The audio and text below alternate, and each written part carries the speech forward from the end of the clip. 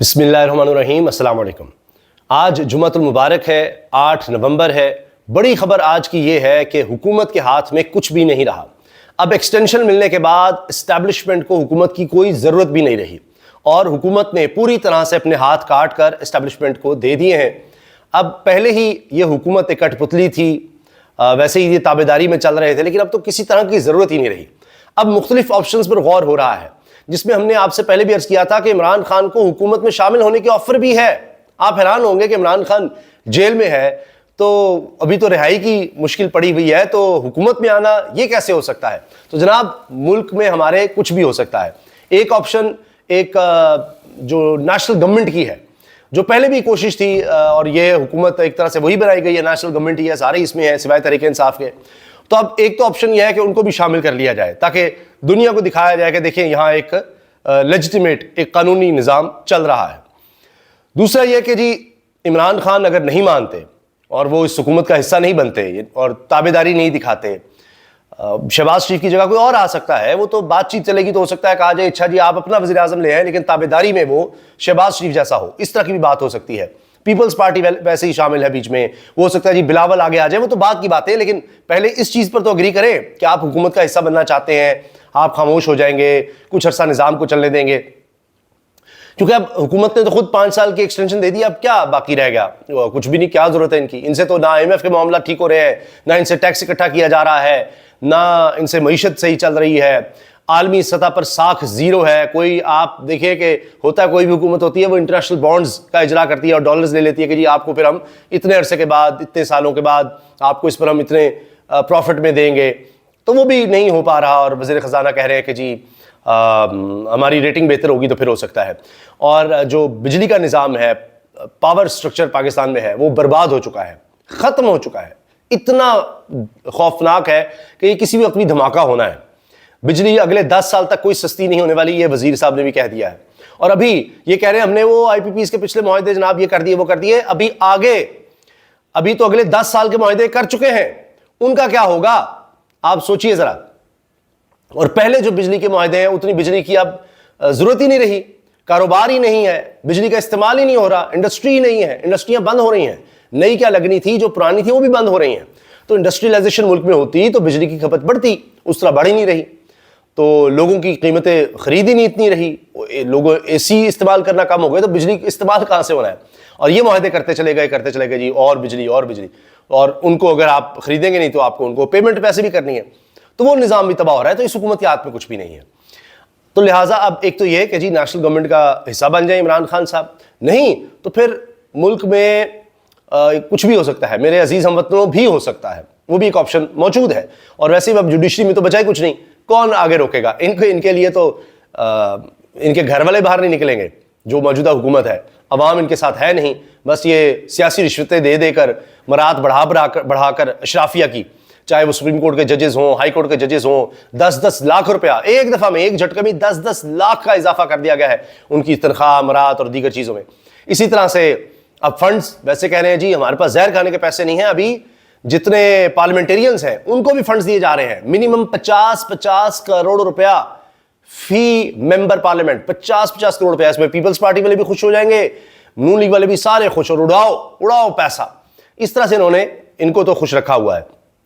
معیشت کا بھٹا بیٹھ چکا ہے, عوام ان کے ساتھ ہے نہیں, ان کے لیے کوئی نہیں نکلے گا. تو اگر ملک میں مارشل لا لگتا ہے, عزیز ہم وطنوں ہوتا ہے, تو جوڈیشری ویسے ہی کمپرومائزڈ ہو چکی ہے, آئینی بینچ ویسے ہی فارغ ہے, اپنی مرضی کا آئینی بینچ حکومت بنا چکی ہے, اس کے پاس جائیں گے بھی تو کچھ بھی نہیں ہونا. سپریم کورٹ اور عدلیہ کو انہوں نے ذبح کر دیا, ختم کر دیا اختیارات, تو کون ان کے لیے آئے گا؟ کچھ بھی نہیں ہوگا. تو لہٰذا وہ آپشن بھی بڑا ایزی ہو سکتا ہے. اب دوسری طرف کیا ہے؟ دوسری طرف یہ ہے کہ فون تو آنا ہی آنا ہے, فون آنا ہی آنا ہے, اور اس پر مشاہد حسین سید صاحب ڈٹ چکے ہیں. وہ صرف یہ نہیں کہ پاور کوریڈورز کو سمجھتے ہیں, ان کے ساتھ ان کے تعلقات ہیں, صحافت میں بھی رہے ہیں, حکومت میں بھی رہے ہیں, ہر ایک کو بڑی اچھی طرح جانتے ہیں, اور انٹرنیشنل اسٹیبلشمنٹ کو بھی, اور ابھی بھی انٹرنیشنل اداروں میں بھی کام کر رہے ہیں. تو انہوں نے ٹیلی ویژن پر ابھی پھر کہا ہے کہ جی فون تو آنا ہی آنا ہے, اور انہوں نے حوالے دیے ہیں. انہوں نے بتایا 1984 میں جس طرح بتایا گیا کہ جی میں آ رہا ہوں, امریکہ کی طرف سے کہا گیا, اور اس سے پہلے بے نظیر کو رہا کر کے باہر بھجوایا گیا. پھر انہوں نے کہا جی IGI بنی تھی, اور اس وقت اسٹیبلشمنٹ نے IGI بنوائی, وہ فیل ہو گئی. بے نظیر بھٹو کے خلاف، اور اقتدار پھر بھی نہیں دیا جا رہا تھا، تو پھر وہاں سے اسحاق ڈار کو اس وقت اسحاق خان، تو وہ غالباً اس وقت صدر تھے، غلام اسحاق خان، تو ان کو کہا گیا کہ جی آپ اقتدار دیں، تو پھر وہ پیپلز پارٹی کو دیا گیا۔ پھر وہ بتاتے ہیں جب بھی فون آتا ہے، نواز شریف کے لیے بھی فون آیا، اور انہوں نے دیکھیے کن کا استعمال کیا، انہوں نے سعودی عرب، یو اے ای اور لیبیا، ان کو آگے کیا اور نواز شریف کو باہر لے جایا، لے کر گئے۔ تو مشرف تو ایک فون پر ڈھیر ہو گئے تھے، یہاں تو یہ اوقات ہے، تو کہنے کو بڑے طاقتور اور جناب ڈکٹیٹر تھے، اور ساری 20 سال کی پالیسی ریورس ہو گئی تھی۔ تو یہ حکومت جو خود کہتی ہے ہم وینٹیلیٹر فلاں فلاں، یہ ایک فون کی مار ہے۔ تو مشاہد حسین سید صاحب اپنی بات پر قائم ہیں، وہ کہہ رہے ہیں جی فون آئے گا ہی آئے گا، اور انہوں نے پھر ساتھ ہی 92 نیوز پر عامر متین صاحب کے ساتھ بات کرتے کہا ہے کہ ابھی محمد بن سلمان جو کہے جاتے ہیں کہ جی ٹرمپ کے دوست ہیں، اور وہاں محمد بن زید یو اے ای میں، تو انہوں نے ابھی وہ بھی کہہ رہے ہیں کہ ابھی ملاقات بھی ہوئی آرمی چیف کی محمد بن سلمان سے، تو یہ انہوں نے کہا ہے مشاہد حسین سید صاحب نے۔ تو آپ یہ دیکھ لیجئے کیا حالات بن رہے ہیں۔ تو مشاہد صاحب پہلے دن سے کہہ رہے تھے نومبر میں دیکھے، اس سے پہلے حالات ٹھیک کر لیں۔ اب دیکھتے ہیں کہ کیا ہوتا ہے، وہ اپنی بات پر، اپنی خبر پر قائم ہے۔ اب وہ فون ڈائریکٹ آتا ہے یا وہ اپنے دوستوں کے ذریعے معاملات ہوتے ہیں، کیا ہوتا ہے یہ بھی دیکھنا ہے۔ تو وہ اپنی بات پر قائم ہے، اور مجھے بھی لگتا ہے کہ وہ ایسی بات نہیں کر رہے، وہ ٹھیک کہہ رہے ہیں، کہیں نہ کچھ ہوگا، اور یہ انہوں نے اپنی پبلک کے لیے، اپنے ذاتی مفاد میں یہ کرنا ہے، کوئی پاکستان کے لیے، عمران خان کے لیے، ان کی ذات کے لیے نہیں کرنا۔ ان کو یہ ہے کہ جی ان کی بھی کوئی ساکھ ہو، اور ان کو وہاں جو ووٹس ہیں، عوامی طاقت ہے، اس کی وجہ سے یہ سب کرنا پڑے گا۔ اچھا، اس کے علاوہ جناب باقی اگر یہ کہا جائے یہ حکومت کیا کرے گی، یہ حکومت کچھ نہیں کر سکتی۔ ابھی بھی یہ ہے کہ تابع داری اپنی جگہ، لیکن کچھ ہو بھی تو صحیح نہ عالمی ساکھ ہے نہ ملک میں ساکھ ہے، تو کیا فائدہ، کٹ پتلی ہیں، اس کی بجائے کچھ اور بھی آ جائے گا تو لوگوں نے کہنا پہلے بھی یہی نظام تھا۔ تو ان کو تو وہ اسد نے اچھا جملہ لگا کہ ان کو جتنا کھانا ڈالا جائے گا یہ اتنا کھا لیں گے، ان کو جو ڈالا جائے گا انہوں نے وہ کھانا ہے، اور ان کی اوقات ہی کچھ نہیں، ان کو اس کے بعد کہا جائے گا چپ کر کے ادھر جا کے بیٹھو، یہ بیٹھ جائیں گے، اور اسی طرح انہوں نے تو یہی کرنا ہے۔ تو ان کی کوئی نہیں حیثیت ہے۔ اب یہ کہا جائے کہ نہیں دیکھیں ایسی تابع داری تو نہیں ملے گی، نہیں مل جاتی ہے، جیسے یہ ہے کوئی اور بھی وہ آ سکتا ہے، نہ بھی ہو تو عوام کا تو ان سے کوئی لینا دینا نہیں ہے، الیکشن کمیشن ہو، باقی ادارے ہوں، کسی نے کیا بولنا ہے، کچھ بھی نہیں۔ اچھا، اس کے علاوہ جناب محمد زبیر صاحب نون لیگ کے ترجمان رہے، بلکہ مریم نواز صاحبہ نواز شریف کے ترجمان رہے، وہ کہتے ہیں جی امریکہ کو کوئی انکار کر ہی نہیں سکتا، انہوں نے تو بڑا صاف صاف کہہ دیا ہے۔ اچھا، اس کے علاوہ مخصوص نشستیں پی ٹی آئی کو نہ دینے اور خیبر پختونخوا میں سینٹ انتخابات نہ کرانے پر خیبر پختونخوا حکومت نے الیکشن کمیشن کے خلاف پشاور ہائی کورٹ میں رٹ دائر کرنے کا فیصلہ کر لیا ہے، اور بڑی مضبوط رٹ ہوگی۔ اس کی وجہ یہ ہے کہ سپریم کورٹ کا فیصلہ، وضاحتیں موجود ہیں کہ مخصوص نشستوں کے فیصلے پر عمل درآمد کیا جائے اور وہ تحریک انصاف کو دی جائیں، اور سینٹ کے الیکشنز بھی نہیں کروا رہے کیونکہ خیبر پختونخوا سے ساری سیٹیں تو تحریک انصاف لے جائے گی۔ حکومت اولی پر الیکشن کمیشن توہین عدالت اور آرٹیکل 6 کے مرتکب ہو چکے، کابینہ نے رٹ دائر کرنے کے لیے ایڈوکیٹ جنرل کو اجازت دے دی ہے۔